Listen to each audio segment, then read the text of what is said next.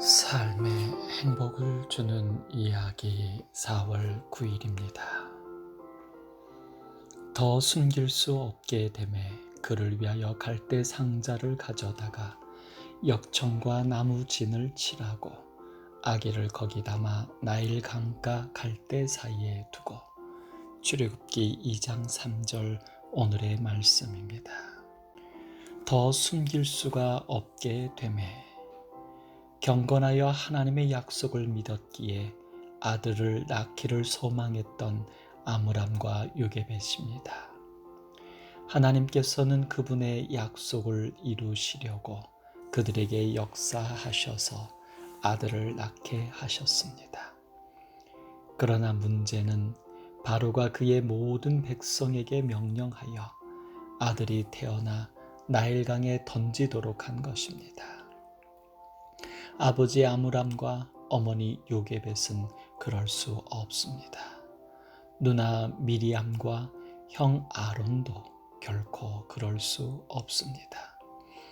그들은 애써 석 달 동안 그를 숨겼으나 더 숨길 수 없습니다.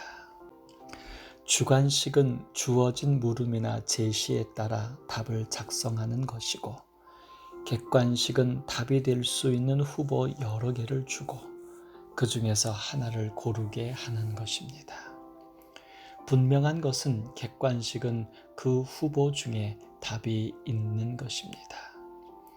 그래서 답을 모르겠더라도 후보 중에 하나를 고르면 됩니다. 연필을 구르거나 마음이 가는 것을 찍거나 다양한 방법이 있습니다. 그런데 둘째 아들이 초등학교 1학년 때의 일입니다.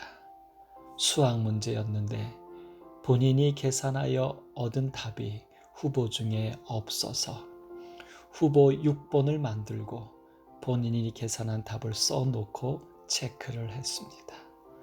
참 순진하고 기발하고 멋진 아이로 지금도 웃음이 나옵니다.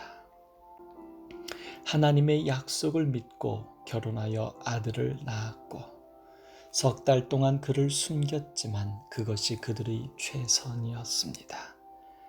아이가 발견되었을 때에 어떤 징계가 있었는지 성경은 말하지 않고 있지만 단지 아이 하나였다면 더 숨길 수 없게 되었다고 하지 않을 것입니다. 일반적인 세상의 징계처럼 연대 책임으로 아이 외에 제3자에게도 징계가 이루어질 것입니다. 사단은 그렇게 나 하나의 믿음과 불신에서 끝나지 않고 그것을 제3자에게 영향을 끼치게 하여 번뇌하게 합니다. 아므람과 요게벳은 양심으로도 신앙으로도 꺼리낌 없이 이제 아이를 더 이상 자기들의 능력으로 숨기기를 멈추게 된 것입니다. 여기서 중요한 것은 결코 포기한 것이 아니라는 것입니다. 아들을 낳고 석 달에 불과하지만 숨긴 것을 후회한 게 아닙니다. 그들은 지금 할 수 있는 최선을 다하고 있는 것입니다.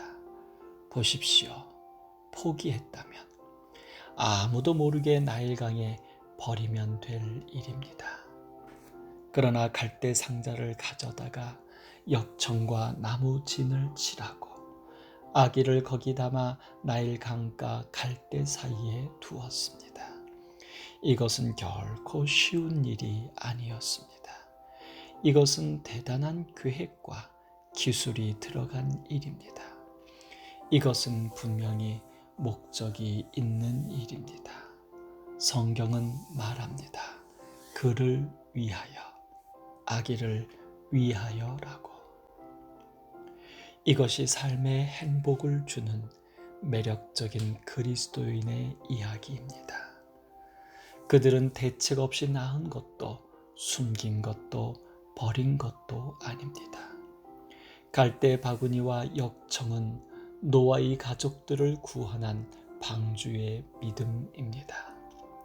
하나님께서 아들을 주셨음을 믿었고 이제 하나님께서 아들을 구원하여 주실 것을 믿었던 것입니다.